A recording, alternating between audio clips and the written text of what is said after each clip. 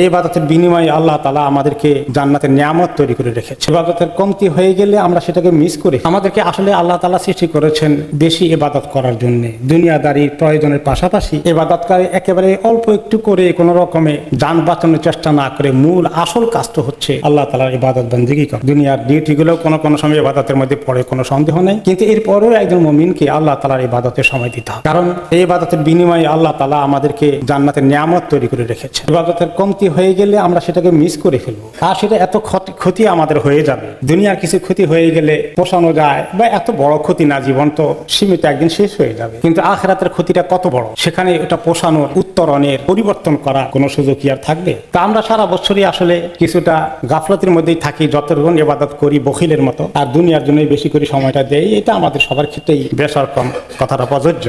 তো আর আমাদের সুযোগ কম হয়, বিভিন্ন ওজোর থাকে। সামারে লম্বা দিনে রাত্রে একেবারে ছোট, একটু ইবাদত করতে পারি না, নফল রোজা রাখতে গেলেও কষ্ট হয়ে যায়, অনেক লম্বা, অনেকেই পারি না। কিন্তু শীতকাল আসলে এটি একটি চমৎকার সুযোগ নিজেদের আমলকে বাড়িয়ে দেওয়ার জন্য। এই জন্য একটি হাদিসে রাসূলুল্লাহ সাল্লাল্লাহু আলাইহি ওয়াসাল্লাম শীতকালকে গনিমত বলেছেন। তিনি বলেছেন শীতকাল হচ্ছে ঠান্ডা গনিমত। গনিমত মানে কি, যে অল্প কষ্টে অনেক কিছু পাওয়া যাবে। আর কারণ শীতকালে দিনগুলো অনেক ছোট হয়ে যায়, রোজা রাখতে, নফল রোজা রাখতে অনেক সুবিধা, কষ্ট অনেক কম হয়। এই জন্য আমরা ফরজ রোজা সবাই এই সামারে গরমকালে লম্বা দিনে রাখি, নফল রাখতে অনেকেই একটু সাহস পাই না, মনে হয় যেন পারি না। কিন্তু শীতকাল আসলে এই সুযোগটা নেওয়া দরকার। এই জন্য রাসূলুল্লাহ সাল্লাল্লাহু আলাইহি সাল্লামের এই হাদিসকে সাহাবায়ে কেরাম অনেক গুরুত্ব সহকারে শুনেছেন এবং আমল করেছেন। সাহাবী আব্দুল্লাহ ইবনে মাসউদ রাদিয়াল্লাহু আনহু বলেন, সে যখন শীতকাল এসেছে, ওয়েলকাম শীতকালকে, যেখানে আল্লাহর অনেক রহমত আমাদের জন্য একসা পাওয়ার সুযোগ হয়েছে। কারণ এখানে রাত্রগুলো অনেক লম্বা, একটু ঘুমের কাটতি করে, ঘুমকে একটু কমিয়ে, ঘুমকে মোটামুটি ঘুমানোর পরে একটু আগে উঠে তাহাজ্জুদ পড়ার সুযোগটা নেওয়া যাবে। আর দিনগুলো ছোট হয়ে গেছে, আমরা অনেক নফল রোজা রাখতে পারবো। এই আশা করে তিনি শীতকালকে ওয়েলকাম করেছেন, অর্থাৎ আমাদের জন্য এই মেসেজ রেখে গিয়েছেন। উবাইদ ইবনে উমাইর রাহিমাহুল্লাহ বলেন যে যখন শীতকাল আসে, তিনি যারা আল্লাহর নেক বান্দা তাদেরকে ডেকে বলেছেন, হে কোরআনওয়ালারা উঠো, এখন তোমরা রাত লম্বা হয়ে গেছে, কোরআন তেলাওয়াত করো, অথবা তাহাজ্জুদের মধ্যে লম্বা লম্বা রাত পড়ে তোমরা এখন আল্লাহর এই কোরআনের তেলাওয়াত করানো আমাদের ভিতরে। আর দিনগুলো ছোট হয়ে গেছে, তোমরা বেশি করে রোজা রাখার চেষ্টা করো, যেটা অন্য সময় পারোনি। এবং এই আমলগুলো যে আমাদের জান্নাতের জন্য কত দরকার, এই কথাটি একটা হাদিসে ফুটে উঠেছে। রাসূলুল্লাহ সাল্লাল্লাহু আলাইহি ওয়াসাল্লাম বলেছেন যে জান্নাতে এমন কিছু সুন্দর সুন্দর প্রাসাদগুলো আল্লাহ তৈরি করে রেখেছেন, যেগুলো বাইরে থেকে ভিতরে সবকিছু দেখা যায়, এবং ভিতর থেকে বাইরে সবকিছু দেখা যাবে। স্বচ্ছ কাঁচের বিল্ডিং গুলো এখন আজকাল আমরা কিছু দেখি, কিন্তু এগুলোর তুলনায় অনেক সুন্দর কাঁচের বিল্ডিং গুলো আল্লাহ তাআলা তৈরি করে রেখেছেন। সেই কাঁচ দুনিয়ার কাঁচ নয়, একটু ঢিল মেলে ভেঙে যাবে এরকম নয়। ভিতর থেকে বাইরে দেখা যায়, বাইরে থেকে ভিতরে দেখা যায়। তার অর্থ এই নয় যে ভিতরের প্রাইভেসিকে আর রক্ষা করা যাবে না, মানে একটা ব্লাইন্ড লাগবে, এরকম কিছু পর্দা লাগবে না, সেটা অটোমেটিক সিস্টেম। বান্দা যখন চাইবে যে তার প্রাইভেসি থাকুক, বাইরে থেকে কেউ দেখবে না, কেউ দেখতে পাবে না, আর যখন সে দেখতে চাইবে সব দেখা যাবে। তো এই বিল্ডিং গুলো কার জন্য? সাহাবায়ে কেরাম জিজ্ঞেস করলে, কার জন্য এত সুন্দর সুন্দর প্রাসাদগুলো নির্মাণ করা হয়েছে ইয়া রাসূলুল্লাহ? তিনি বলেন, ওই সমস্ত লোকদের জন্য যাদের কথাবার্তা নম্রতার ভিত্তিতে হয়, তারা সুন্দর করে নরম ভাষায় কথা বলে, তারা রুড শক্ত ভাষায় কথা বলে না, 1 নম্বর। 2 নম্বর, তারা অনেক অভাব অনটনে যারা আছে, দুর্ভিক্ষে যারা নিপতিত, গরিব মিসকিনকে তারা সবসময় খাবার দাবার দেওয়ার জন্য সাহায্য করে, এবং তারা বেশি বেশি করে রোজা রাখে। শুধু ফরজ নয়, রমাদানের রোজা শুধু নয়, সারা বছর তারা নফল রোজার প্রচেষ্টা চালায়, এবং তারা রাতের বেলায় উঠে একটু তাহাজ্জুদ আদায় করে, নফল নামাজ পড়ে, যখন বাকি লোকেরা সব গভীর ঘুমে অচেতন থাকে। এই হাদিসে জান্নাতে যাওয়ার যে কয়েকটি আমল বলা হয়েছে, এগুলোকে আমরা একটু চেষ্টা করি আমল করতে। 1 নম্বর হচ্ছে সুন্দর করে কথা বলা। আমরা কথা বলতে গিয়েই তো আমাদের মধ্যে সমস্যা বেশি হয়। জায়গা জমি নিয়ে দেন দরবার, এগুলো ঝগড়া ফাসাদ কিছু আছে, কিন্তু বেশি সমস্যা বলেন মানুষের জীবনে ওর থেকে হয়, স্বামী স্ত্রীর দাম্পত্য জীবন থেকে শুরু করে আত্মীয় স্বজনের মধ্যে এবং বাইরের জগতে আমাদের সম্পর্ক নষ্ট হওয়ার পিছনে সবাই কিন্তু জায়গা জমি আত্মসাৎ করে না। মেজরিটি কেসে কথাবার্তা অসুন্দর, মানুষকে আঘাত দিয়ে আমরা কথা বলি, কেউ কষ্ট দিলে সবর করতে পারি না, আমি আরো পাল্টা তাকে কষ্ট দেওয়ার জন্য চেষ্টা করি। তো এগুলো না করা, এটি হচ্ছে একটি চমৎকার আমল জান্নাতে যাওয়ার জন্য। যে সুন্দর ভাষায় কথা বলা, মিষ্টি হাসি দিয়ে কথা বলা। তো কেউ কেউ বলবেন,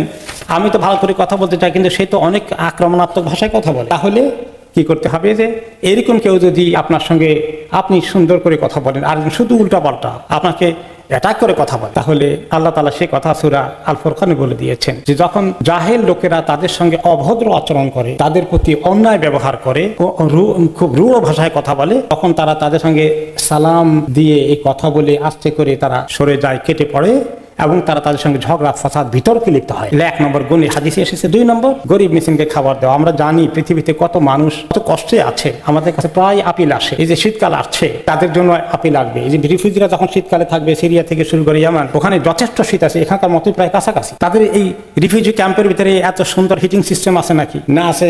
এরকম কম্বল থেকে শুরু করে ভালো গরম কাপড় চোপড় প্রায় আপনাদের কাছে আপিল আসে এবং আরো আসবে। তো এই 2 নম্বর কাজ, গরিব মিসকিনকে সাহায্য সহযোগিতা করা, খাবার দেওয়া থেকে শুরু করে তাদের বিভিন্ন রকমের সাহায্য করা, এটা জান্নাতে যাওয়ার 2 নম্বর আমল। আর 3 নম্বর আমল হাদিসে এসেছে যে তারা যখন তারা বেশি বেশি করে রোজা রাখে। এই নফল রোজার সুযোগ আল্লাহ আমাদেরকে দিয়েছেন শীতকালে। একটু চেষ্টা করে দেখেন, ট্যারি পাওয়া যাবে না আলহামদুলিল্লাহ। এবং এত সুন্দর সুযোগ, আস্তে আস্তে যারা রেগুলার শীতকালে রোজা রাখতে অভ্যস্ত হবে নফল রোজাগুলো, গরমকালে কিন্তু তাদের জন্য কিছুটা ইজি হয়ে যাবে। আর যারা শীতকালেও রাখি না, তার গরমকালে কোনোদিন আরাফাতের রোজা, মুহররমের রোজা রাখতেও জান বের হয়ে যাবে। কিন্তু যদি শীতকাল থেকে অভ্যস্ত হতে থাকি আর দিনটা হঠাৎ করে একদিনে বড় হয়ে যায় না, আস্তে আস্তে আমাদের হ্যাবিটের মধ্যে এই সুন্দর রোজার আমলটা ঢুকে যাবে।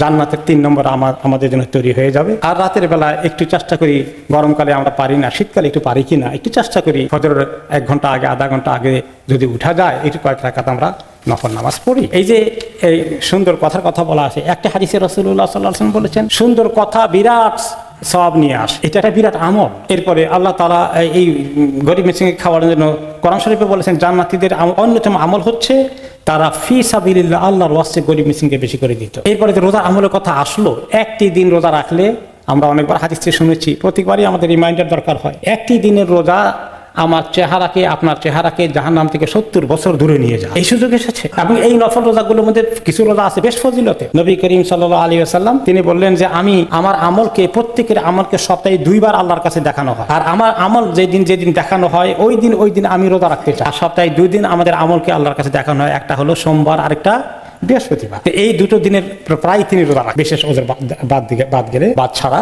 এরপরে তিনি মাসে 3টি দিনের ব্যাপারে আবার গুরুত্ব দিয়েছেন। তিনি সাহাবায়ে কেরাম বলে যে আমাদেরকে তিনি নির্দেশ দিয়েছেন যে মাসের 3টি দিন, 13, 14, 15 চন্দ্র মাসের মাঝখানে 3টি দিনকে রোজা রাখতে তিনি অনেক গুরুত্ব দিয়েছেন আমাদেরকে এবং তাকিদ সহকারে বলেছেন। এবং বলেছেন যে ব্যক্তি এইভাবে মাসে 3 দিন রোজা রাখলো, সে সারা বছর রোজা রাখা সওয়াব পেয়ে গেল। এই আমলটা আমাদের ভিতরে ঢুকে গেলে এত কষ্ট হবে না। আসুন শীতকাল থেকেই শুরু করি, তাহলে আস্তে আস্তে গরমকালেও কিছু আর এই জান্নাতীদের এই যে এই নেক আমলের মধ্যে অন্যতম রাত্রেবেলা তাহাজ্জুদ পড়ে যে তারা বিছনা শুতে পারে না, জান্নাতের চিন্তা, জাহান্নাম থেকে বাঁচার চিন্তা তাদেরকে বিছনা থেকে মজার গরমের উষ্ণ আরামের বিছানা থেকে উঠিয়ে ফেলে, তাদের পিঠ আলাদা হয়ে যায়। তারা আল্লাহর কাছে দাঁড়িয়ে তাহাজ্জুদ পড়ে আর দোয়া করে, জাহান্নামের ভয় থেকে নিরাপত্তা চায় আর জান্নাতের আশা করে আল্লাহর কাছে দরখাস্ত দিতে থাকে। তাহলে আল্লাহ তাআলা এই যে শীতকাল নিয়ে এসেছে, এখানে অনেকগুলো আমল আমরা পেলাম, আমরা এগুলিকে আমল করার চেষ্টা করি। আর অনেকেই দেখা যায় শীতকালে আরেকটি আমল, গরমকালে পারে না, ঘুম পুরে না, মসজিদে জামাতে আসতে পারে না ফজরের জন্য, কিন্তু শীতকালে তো আমরা পারি। যাদের অভ্যাস নাই যে ঘরেই ফজরটা পড়ি, অনেক বড় ক্ষতিগ্রস্ত হয়ে যায়। একটি হাদিসে এসে যে ব্যক্তি ঈশার নামাজ জামাতে পড়ে সে অর্ধেক রাতের ইবাদত করা সওয়াব পেয়ে গেল। আর যে ব্যক্তি ফজরটাও জামাতে পড়লো, এই 2টাই জামাতে পড়লো, সে পুরো রাত্রে নফল ইবাদতের সওয়াব পেয়ে গেল। তাহলে এই সুযোগটা কি শীতকালেও আমরা মিস করব? একটু চিন্তা করে দেখি যে আমরা কি করতে পারি। আর যে হাদিসে এই যে ফজর যারা পড়তে জামাতে আসেন না, এশা তো অনেকে আসেন, তারাও অনেকে ফজর মিস করেন। এই একটি হাদিসে তিনি বলেছেন যে 2টো নামাজ, একটা হচ্ছে ফজর, একটা এশা, এই 2টো নামাজ মুনাফিকদের জন্য মসজিদে এসে পড়া অনেক কষ্টের কারণ হয়ে যায়, তাদের জন্য অনেক বোঝা হয়ে যায়। এটা পারে না তারা। যদি জানতো মানুষ যে এই 2টো নামাজের মধ্যে কি আছে মসজিদে এসে জামাতে পড়লে, তাহলে তারা অসুস্থ হয়ে গেল, যদি হাঁটতে পারে না, হামাগুড়ি দিয়ে আসতে হয়, তাহলে হামাগুড়ি দিয়ে হেঁটে এলেও মসজিদে আর কেমনে বুঝাবেন তিনি আমাদের? সুস্থ মানুষ আমরা, একটু অবসরতা, লেটে ঘুমাই, উঠতে পারি না, বাস এভাবে করে প্রতিদিন ফজরের আমরা জামাতকে মিস করছি। এটা ঠিক নয়। আর কেউ তো আছে ওয়াক্তও মিস করে ফেলে। আল্লাহ তাআলা মাফ করুন। এই যে সুন্দর শীতকাল এসেছে, এই শীতকালের তিনি বললেন এটা একটা ঠান্ডা গনিমত। উম্মতকে সহজে একটু নেকি পাওয়ার জন্য তিনি জানেন যে আমাদের অনেক দুর্বলতা আছে, আমরা সাহাবীদের লেভেলে পৌঁছতে পারছি না। এই জন্য তিনি আমাদেরকে অল্প সময় অল্প খাটনি করে সুযোগ নেওয়ার জন্য সুন্দর সুন্দর ফর্মুলাগুলো পেশ করে। আমরা কি এগুলো গ্রহণ করব না? যে এই শীতকালে শুরু করি আমরা সবাই যে সপ্তাহের এই সোম বৃহস্পতি রোজা রাখি আর মাসের 13, 14, 15 রোজা রাখি, নফল রোজা রাখি। চেষ্টা করি, দেখবেন যে ইনশাআল্লাহ এত কষ্ট হচ্ছে না। যেহেতু রমাদানের পারি, এখানে কেন পারবো না? আর একটু চেষ্টা করি ফজরের কিছু আগে উঠা যায় কিনা, আল্লাহর কাছে তৌফিক চাই। আল্লাহ তাআলা আমাদেরকে তৌফিক দান করুন। বারাকাল্লাহু ফিকুম।